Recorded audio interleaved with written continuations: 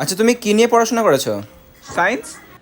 এটাতে আবার জিজ্ঞেস করার কি আছে? আমি একদম ফার্স্ট থেকে পিওর সায়েন্স পড়তাম, মানে ফিজিক্স, কেমিস্ট্রি, ম্যাথস, বায়োলজি। আমার ব্রেনটা সায়েন্টিফিক, তো আমার সায়েন্স ছাড়া কিছু মাথায় ঢুকতো না আর কি। তো এরপর কি ইঞ্জিনিয়ারিং করলে নাকি?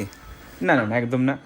লোকের একটা ভুল ধারণা থাকে না যে সায়েন্স নিয়ে সবসময় পড়লেই ইঞ্জিনিয়ারিং বা ডক্টর হতে হবে। আমার সেই ধারণাটা ছিল না।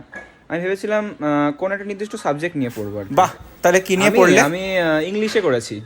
কেন হঠাৎ ইংলিশ না কেন? মানে যখন দেখলাম যে শেষে ওগুলো পেলাম না, তখন আমার ইংলিশের প্রতি একটা ভালোবাসা জন্মালো, লিটারেচারের প্রতি। যখন বেশি ভালোবাসা জন্মে যাচ্ছিল আমার আর কি। তারপর হ্যাঁ, তারপর মাস্টার্স, গ্র্যাজুয়েশন যখন পর্যন্ত মাস্টার্স করতেই হবে আর কি। হ্যাঁ, দিয়ে ইংলিশে মাস্টার করলে নাকি? না না, ইংলিশ না, আমি তখন বিজনেসের প্রতি মাস্টার্স করলাম। কেন? আরে ওই বললাম না, যখন কিছু ভালোবাসা জন্মে যাচ্ছিল, যখন দেখলাম যে ইংলিশে কিছু পারছি না, তখন বিজনেস নিয়ে পড়লাম, ওটাতে মাস্টার্স করলাম। দিয়ে এখন জব করো না নাকি? না না, আমি আমি জবটা প্রথম থেকে ভেবে গেছিলাম যে না, জব টব আমি করবো না। কেন? মানে আমি লাইফে কোথাও না কোথাও ভেবে রেখেছিলাম যে যেটা পাবো না সেটা আমি করবো না। তাহলে এখন কি করছো তুমি? এখন আমি মানে ইউটিউবার, আমি এডুকেশনাল কন্টেন্ট বানাই। তো রিসেন্টলি আমার একটা ভিডিও ভাইরাল হলো যে how to get a job. ওটা একটু দেখে নিন, হ্যাঁ, সাবস্ক্রাইবও করে দিন।